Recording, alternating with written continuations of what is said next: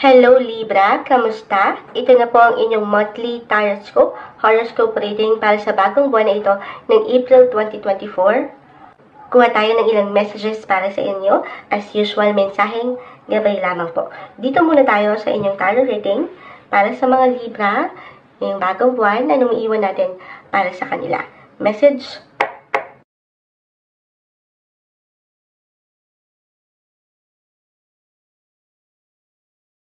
Okay, may ilang cards sa bumabagsak. Spread natin. The 7 of Swords reverse, the Lovers reverse, the 5 of Wands, the 3 of Swords reverse, Ace of Pentacles. Okay, so Libra, nakakuha tayo ng ilang reversal cards, pero hindi naman ibig sabihin ay hindi okay. Actually, kung i-relate natin sila sa isa't isa, I feel with your cards na meron ditong exciting ganap or even surpresa kayong matanggap. Kahit sa simpleng pakiramdam lamang ito, may pag-init ng inyong buhay pag-ibig, the Lovers ay narito, gayon din, buhay karera, pera. No matter what your relationship status right now, single man or in a relationship, maybe isang message din ito na mas papaangatin nyo yung happiness, of course, yung excitement, yung fire, yung kilig, yung spark sa inyong relationship, or kusa talagang aangat ito ngayong buwan.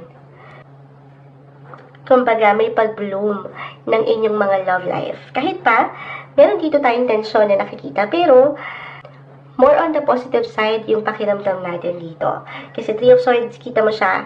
The Sun is in reverse, meaning to say, natapos na. Natapos na yung ilang pagsubok, okay? Yung ilang struggle. At this time, tutulungan ng sarili na maghilom para ikaw ay totally makapag-move on or makapag-move forward na sa buhay pag-ibig.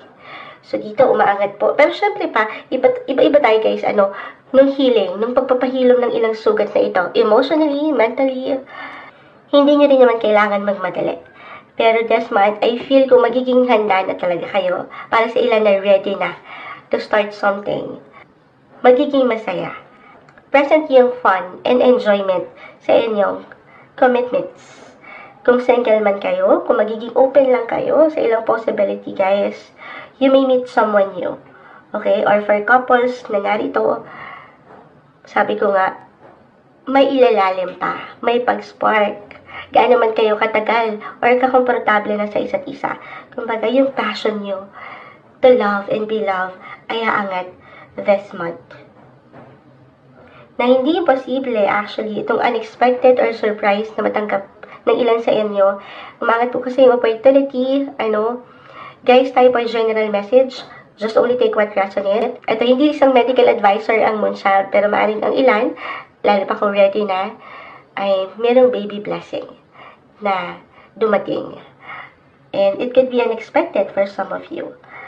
Okay? Pero dito, patuloy kayo, syempre pa, dyan kayo higit na mag-grow as a couple. At dyan kayo higit na magmamature, okay, sa relasyon. Or if ever hindi mag-apply yun at meron na kayong kids, then maybe isang message lang din po ito to spend more quality time kasama ang mga bata. Or kung single, papaangatin nyo yung fun times na para kayong mga bata, yung inyong mga inner child, mag-enjoy lang. Okay? At aalisin yung ilang tensyon or pag-aalala sa buhay na alam natin hindi makakatulong for you. Okay? Gusto ko ba mag-add dito?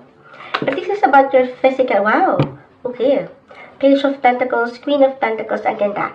Sige, add ko muna tong mag-add ako dito. If this is about your physical health or emotional health, hindi po isang medical advisor ang Moonchild. Sabi ko nga, may pagpapagaling may pag-heal. Merong ilang sugat na maghihilom. So, i-claim na natin na meron din pong improvement pagdating sa inyong kalusugan. Pero dito, of course, una't huli, walang higit na makakatulong sa atin kundi ang ating mga sarili. So, tutulungan na makaramdam ng improvement. Iiwas kayo dun sa ilang imbalances na alam nyo hindi nakakatulong para sa inyo. Physically or mentally, emotionally.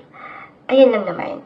At ito, masaangat yung enerhiya na magampanan yung pang-araw-araw na buhay, koneksyon sa trabaho man o kapareha, pamilya, mga bata.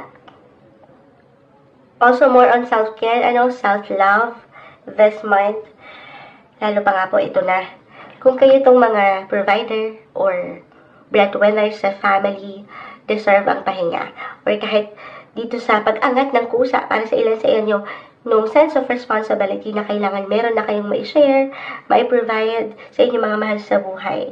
Siyempre pa, una't huli, ayan, bago natin matulungan or bago natin mabigyan ng tugon itong pangangailangan ng iba, yung tayo muna.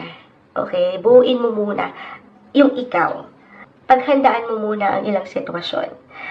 Dahil, this month din, if you will feel ready na rin talaga, kung kanina about love yung napag-usapan natin, sa work tayo, napakaganda, merong indikasyon dito na may bagong simulaing naghihintay para sa inyo.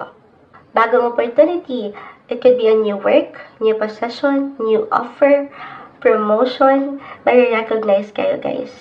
New beginnings. Pero, in order to start something new, meron ka kailangan dito na iwasan. Or maybe, isa ito sa maaaring pwede nyo talagang kaharapin or kailangan yung tanggapin. It's time to move forward. So, let go and move on. Okay? Ang ilalet go, ano yung ilalet go? Moonchild. Itong ilang, alam nyo, hindi na nag-iiwan sa inyo ng benefits. Ayan, kung tayo higit na magiging practical and realistic. At naiiwanan lang kayo ng ilang puot, ng ilang isipin. Of course, dito na tayo magpo-focus sa mga positive possibilities na naghihintay para sa inyo at hindi imposibleng matanggap ng isang Libra. I-claim na natin yan. Kailangan mo lang dito ay maging handa sa ilang pwedeng ipato sa inyo ng buhay this month. So, una't huli, ayan, parang ilang beses ko na-mention yung una't huli ngayong araw na ito para sa inyo, Libra. Uunahin ang sarili.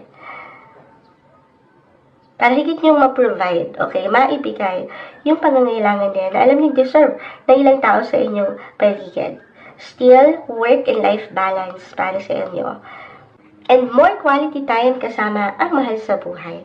Pamilya, kapareha, mga bata. Yun yung umaangat talaga dito.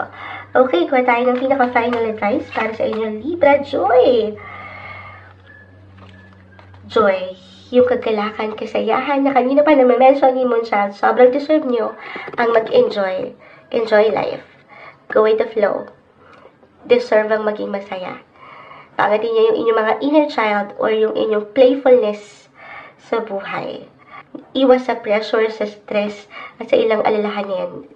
Kasi totoo naman, dyan kayo higit na makapag-manifest na mas masasaya, mas magagaan, mas positibong bagay sa inyong buhay. Para sa inyo, ngayong April 2024, Libra.